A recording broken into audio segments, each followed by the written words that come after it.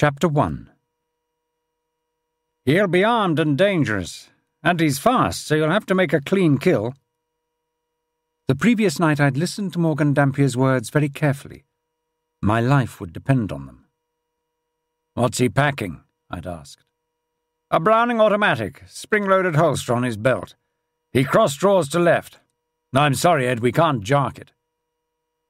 I'd understood. Jarking is army slang for tampering with weapons, and a tampered-with weapon on a corpse would make the police ask too many questions. The wrong sort. I didn't want that either. Now, in the cold light of day, after a sleepless night, I found the man waiting for me. He didn't know it, of course. He would never know that he was sitting there just waiting for me to kill him, until it was too late.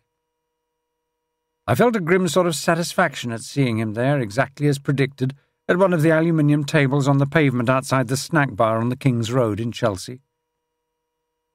But as I watched him from the opposite side of the street, that satisfaction did nothing to quell my growing sense of trepidation. He was tooled up, and I knew just how dangerous he would be if I got it wrong. My heart was pumping so hard that I could hear the blood rushing in my temples, and a slick of perspiration was gathering on my palms. It just confirmed what I'd already begun to realize. I'd been out of this game too long. "Cool it, Coltrane. Cool it. Take a deep breath, long and slow." And again. As my lungs filled, my mind began to clear. "Look and listen," I told myself. "Observe. You can't afford to make a mess of this one." Although the sun was bright in the clear December sky, there was a sharp chill in the air. My target's only concession to this was a long woolen scarf wrapped round his thick neck with the ends stuffed into the front of his dark suit jacket. No overcoat, of course, and no hat. No self-respecting Serb male of his ilk would ruin his macho image by making concessions to the cold. In the icy badlands of Bosnia's mountains, or on the fashionable streets of London, the nature of the beast remained the same. "Yeah. Animal you are, Leonid," I murmured to myself. "And it's time to put you down, once and for all time." It didn't do to be an animal of habit when you were wanted for war crimes, even if you thought you'd got away with it, even if you'd been crafty or clever enough to end up working for those who'd issued the arrest warrant in the first place. Because people so devoid of moral principles would only make use of you for as long as it suited them. Then they'd throw you to the wolves. And one day one of those wolves would come stalking you. Someone like me. I smiled to myself at that, and gave a small growl beneath my breath. So don't make it easy for them, Leonid. Never stay under the same roof for more than a day or two. Don't have your own transport, and never use a telephone, email, or the post to contact friends or family, or anyone else important to your survival. Vary your routes of travel and your weekly timetable, and always assume you're under surveillance. Because you probably are. It's tough, but it's the only way you're going to make it. I viewed my quarry through gaps in the never-ending crawl of traffic before starting to cross to his side of the street. So Leonid had got it all wrong. The smug, arrogant bastard was staying with his family at the unsafest place of all, a British intelligence safe house. Most nights he gambled and whored with the money that our government paid him, then returned home drunk to slap his wife around before dragging her into the marital bed. No doubt she was long conditioned to his behaviour by now and thought it a small price to pay to enjoy her husband's wealth and protection. It's never ceased to amaze me what the partners of thugs consider normal and even come to respect in their men. But his puppet masters knew all this detail, and it offended what passed even for their moral principles. And, of course, they handed the information on to me as part of the briefing. But his personal conduct hardly came as a surprise to me. I knew Leonid Rusyevich. We'd never met, but what he'd done 7 years ago had ensured that I'd never forget him. And since then I'd been trying to find him, and the others, for 5 years, on and off. Okay, unsuccessfully, but I'd learned a lot more about the bastard before the trail had eventually run cold. I reached his side of the street and sauntered along the pavement towards the snack bar. To give Leonid his due, he didn't take long to notice me. I sensed him taking in my leather jacket and brown cords, my Ray-Bans, the professional's camera around my neck, and the aluminium photographic equipment case I carried. But it was an idle curiosity, and he'd lost interest by the time I took my seat at a table about 15 feet away from him. I deliberately faced the other way with my back to him, and placed the aluminium case on the table before I examined the menu. The combination of glass and the polished chrome surround of the snack bar window reflected my own face back at me. A useful sort of face, maybe more careworn than it should have been for my 39 years. A face with no particularly memorable feature. A face that an impressionist comic would die for, a blank canvas that the simplest form of disguise could transform. The sort of face that a dozen people would describe in a dozen different ways. As I said, a useful sort of face to have in this business. And beyond that face in the window, I had a perfectly reflected picture of the man I was going to kill.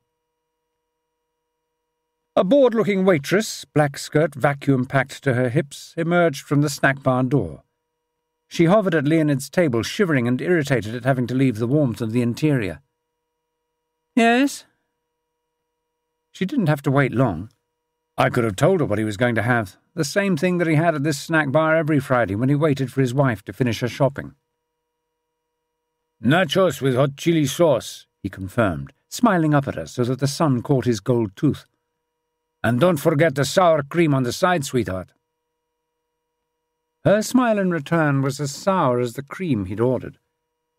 She moved past him and across to me. "Just a black coffee, please." The waitress turned away, and in the reflection I saw Leonid's eyes following the sway of her hips as she returned indoors. Only then did he take a folded copy of the Daily Star from his pocket and spread it open at the racing pages. I still couldn't really think of him as Leonid Rusyevich. Not that it was an unpronounceable name to me, because I spoke very passable Serbo-Croat and had done several tours of duty in the Balkans. Nevertheless, it was the absurd code name that our SAS team had given him that stuck in my head. Leonid had always been Tex-Mex to me, and would be until the moment he died.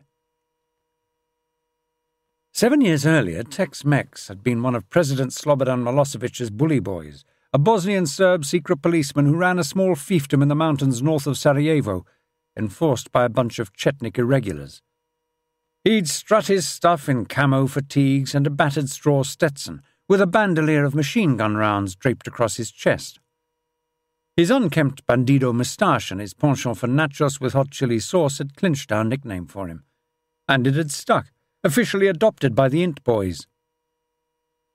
In those days, he exercised total control of a mountain valley through which one of the crucial arteries to various besieged cities passed. It was Tex-Mex's roadblocks and drunken thugs that controlled access by the UN relief convoys and the peacekeeping troops. His men allowed or denied passage through his territory of any of the opposing sides, the militias of the Bosnian Serbs maintaining the siege, or the ragtag Muslim army which was trying to break it. That also meant he controlled all trade, including that in weapons and ammunition, as well as contraband alcohol, tobacco, and narcotics. As you might imagine, nothing passed through his domain unless a hefty private tax was paid to Tex-Mex and his merry men, who acted under the so-called regional command of an evil scumbag of a Serb secret police chief, Brigadier Milo Demedzic. Although run by President Milosevic's men in Belgrade, and therefore by definition supposedly backing the Bosnian Serbs, we soon learnt that neither Tex-Mex nor his boss had any real political or military allegiance to anyone but themselves. Horse trading was generally the name of the game. Sure, priority was given to the Serb military, but only at a price. That price just became even more extortionate when they were dealing with the opposing Muslims. And, of course, the Muslims were far more likely to be shafted or double-crossed one way or another.